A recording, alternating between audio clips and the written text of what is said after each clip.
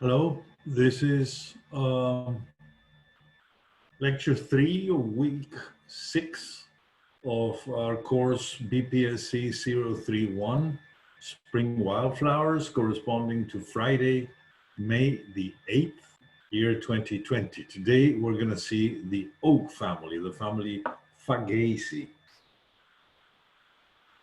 So before I show the slides and in the PowerPoint, uh, let me give you some general things about the family. Oaks are economically an incredibly important tree, especially in Europe and Asia, and also in the eastern part of the United States. The wood of the oaks is highly priced to make quality furniture, and until around 100 years ago, a century ago, it was also prime wood for the construction of boats. And most of the um, military navies, the navies of the world, and also the maritime trading boats um, were made with oak wood. So for many countries, and also of course oak is to this day incredibly important in the formation of, in the construction of barrels for the aging of wine and distilled liquors such as whiskey or bourbon in the United States. So oaks have been prized trees for many centuries, from the time of the Roman empires. They're providers of incredible goods and have a huge economic importance. California is a center of origin and diversity of oaks. Very few places in the world have the incredibly high number, the large diversity of oaks that the state of California has. We have small oaks, what is known as scrub oak, that forms large portions of our chaparral, that scrubland that covers mountains and hill slopes in Southern California.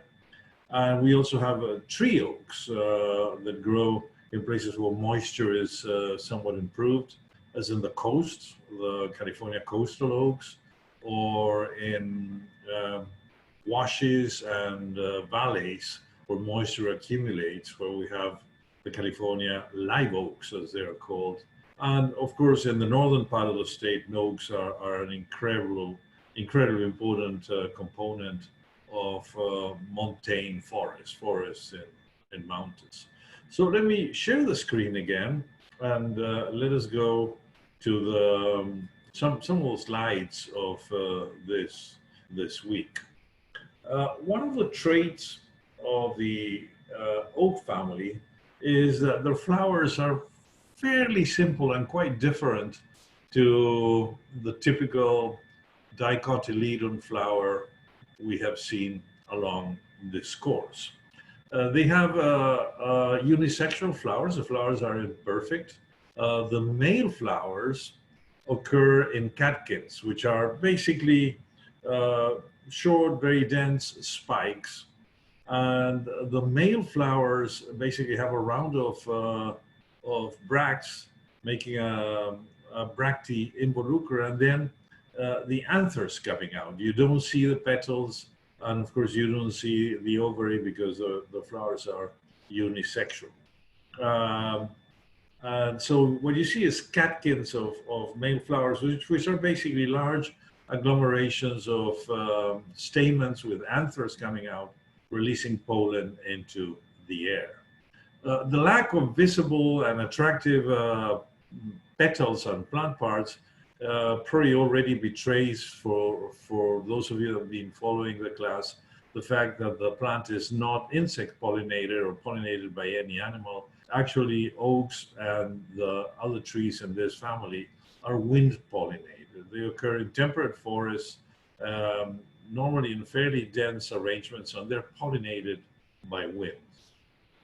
The female flower normally occurs in the axil of leaves, and it is subtended by a dense whirl of bracts that become woody later, and the flower is inside that dense whirl of bracts. We call that an involucre, and the involucre becomes then that little quote unquote hat that the fruit has, and the fruit is a nut. In the case of oaks, it's an acorn.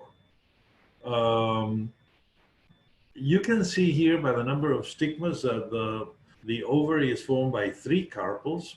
It's a 3 carpel ovary, but of the 3 carpels, only one will actually produce a fertile ovule. So the resulting fruit has an external cover, as in all nuts, which is the dry outgrowth or overgrowth of the ovary, which is the sort of the hard, woody, quote unquote, skin of the acorn, and then inside you have only one nut with one embryo. The leaves are normally entire, but they're either commonly are deeply lobed, and if they're not deeply lobed, they have spines on the edge. They look like holly, pretty much like holly leaves. Uh, Here you have some um, photographs of different inflorescences in oaks. You can see this oak species with long, elongated catkins, this one with more compact catkins, and of course taken in the microscope. And you can see basically what you see when you look at the male flower, just bracts and stamens with anthers coming out. There is very little of the other world of the plants. The female flower occurs, as you can see here, in the axil of leaves. You can see it here also. It has an involucre of bracts that eventually becomes the woody, quote unquote, hat, the woody cap that the seed has. You can see that it has an ovary with 3, with some imagination you can count. Oh, you can see it here very well.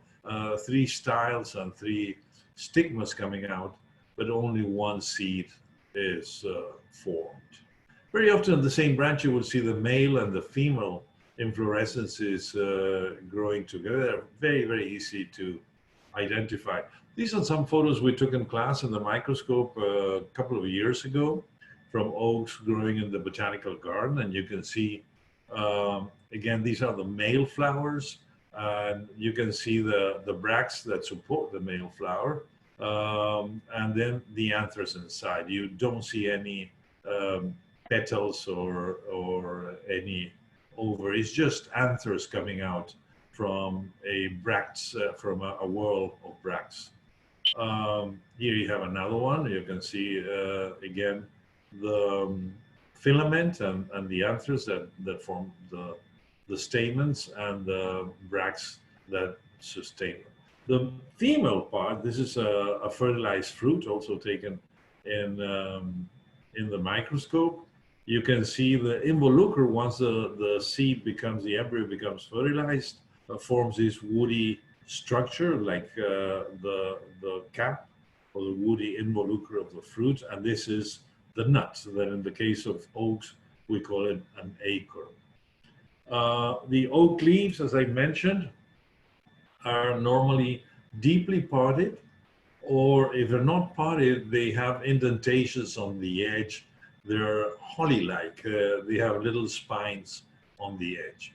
Another member of the family is the beech, which you would see in campus. It's a lot of beeches there around the campus central square, around the clock. And the beeches have have entire leaves. They're not parted at all, and deep venation, very marked venation on the leaves that makes beech leaves quite distinctive.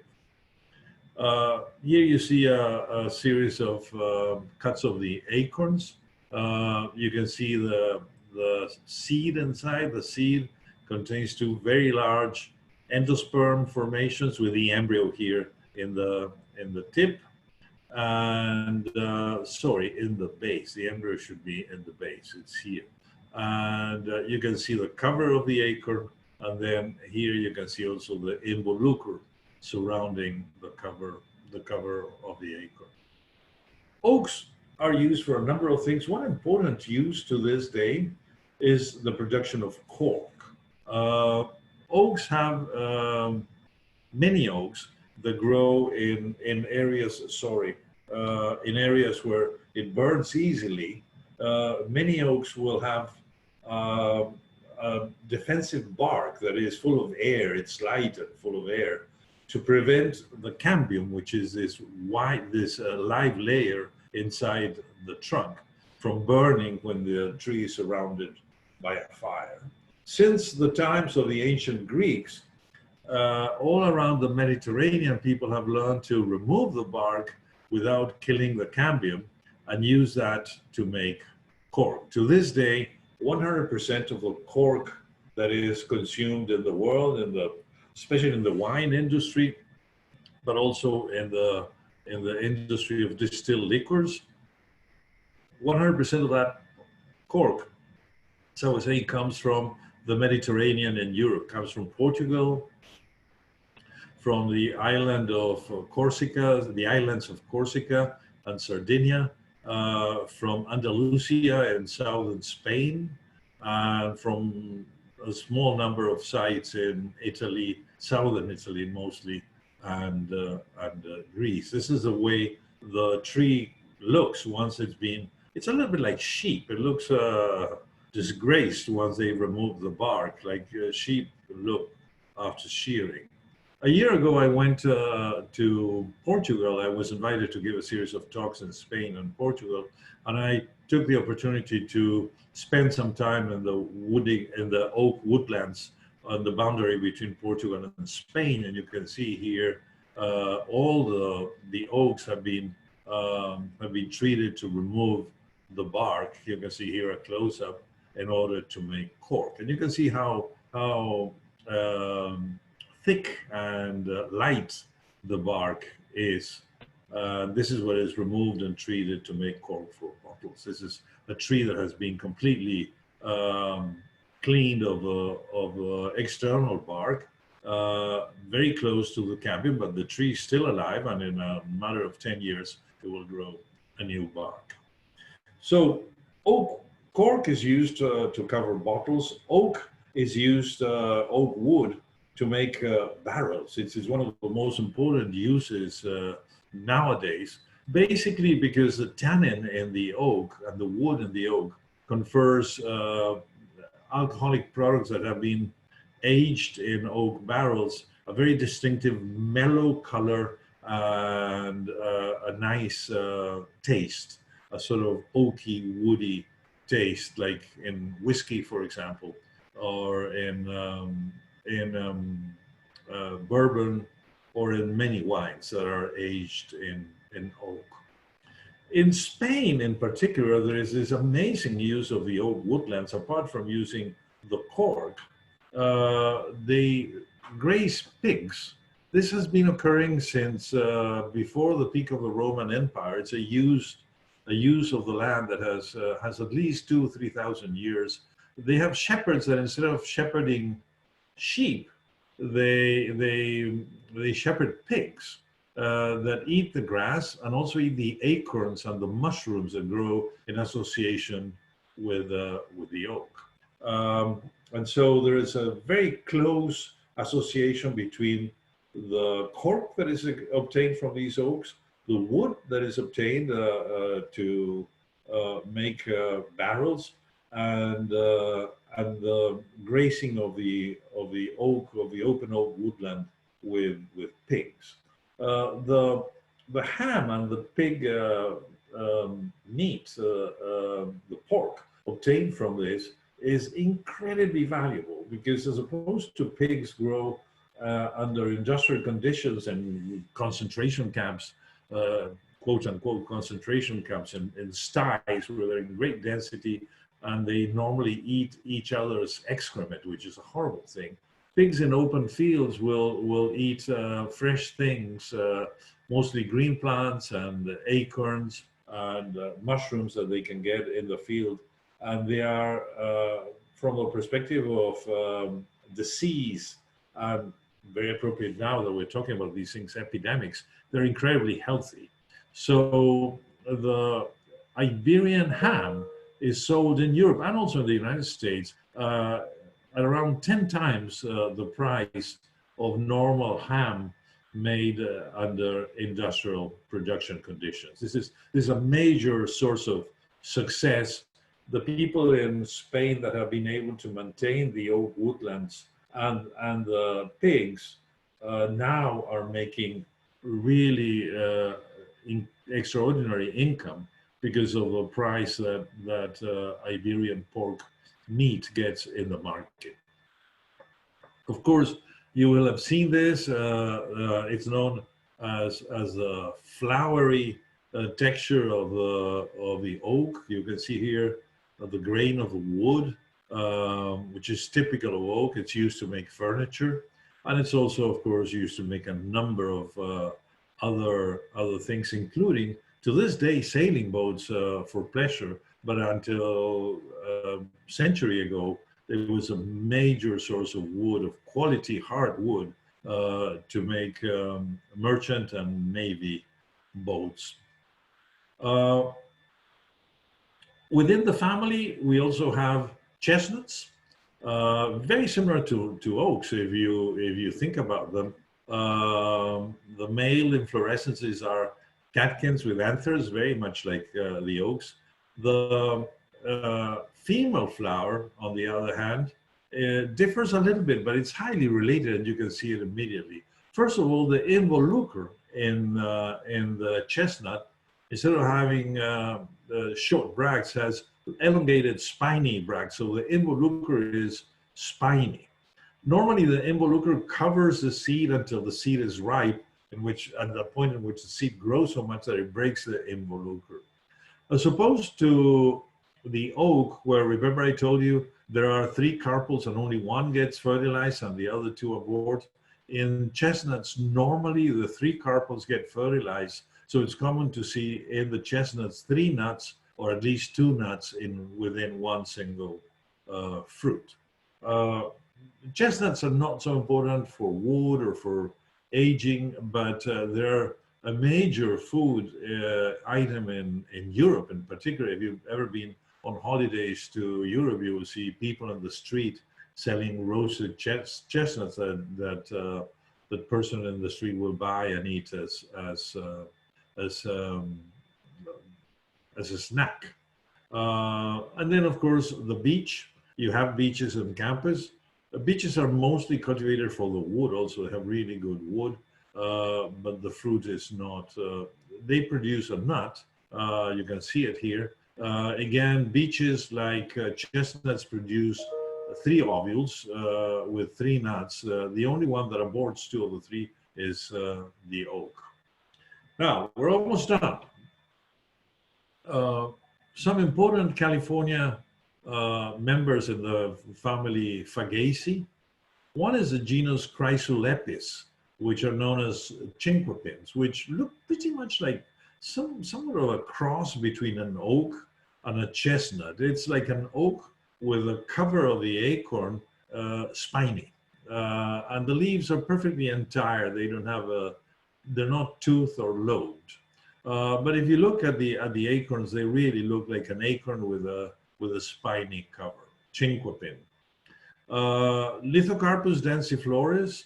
This one looks very much like an acorn. You can see that it belongs in the oak group, but it's also the involucre is somewhat spiny. It's common in the mountains around Riverside, and of course the important ones. We're going now into the really important ones. The California live oak, Quercus agrifolia. You can see the leaves are spiny. They're not lobed, but they're spiny. The name live oaks comes from the early settlers, from the cowboys, that noticed that some oaks in the north lose their leaves in winter, but many oaks in the south of the state maintain the leaves, and those oaks that are not deciduous but perennial, always maintain the leaves, are called live oaks. California live oak, you can see it all over the mountains. So we would have seen it in the Santa Rosa Plateau. They can be quite big. beautiful oaks provide a lot of habitat for wildlife. Also, Engelmann's oak or black oak, common in valleys, basically throughout Southern California. Uh, Another black oak with very indented leaves, Quercus callogii. And finally, the scrub oak. This would have seen in large numbers. We would have seen it in Swarthmore Canyon and also the Santa Rosa Plateau. This is a shrub. It's not a proper tree, but it's an oak. It's a shrubby oak that forms the main cover of chaparral together with a plant we saw last week, chamise. Chamise and oaks are really the mother of chaparral, are what actually retains the soil and provides cover for many other plants to grow. So basically, this is the story of oaks. We don't have a large industry of oak wood. We don't exploit oaks for their cork in California, but they're incredibly important in terms of habitat. Our chaparral and our forests and all the habitat for wildlife in California depends very, very intensely on the existence of oaks. And that includes, of course, the hydrologic cycle, the regulation of the water cycle, the capture of water in mountain slopes, and in general, all these things that we call ecosystem services depend on the existence of our oaks. Oaks were also heavily used, very heavily used by early California settlers. By First Nations.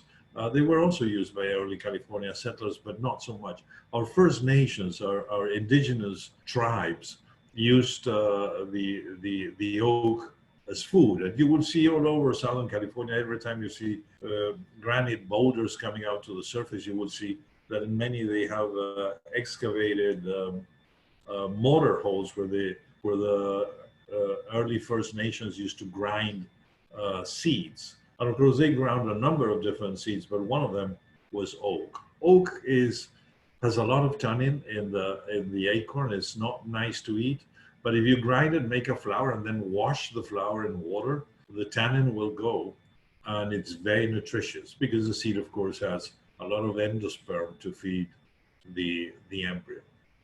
Okay, so that's the end of the oak lecture. Next week, we're going to see a very important family, the Fabaceae, the legume family, the pea family, of incredible importance, extraordinary importance as a source of protein, non-animal protein for human beings.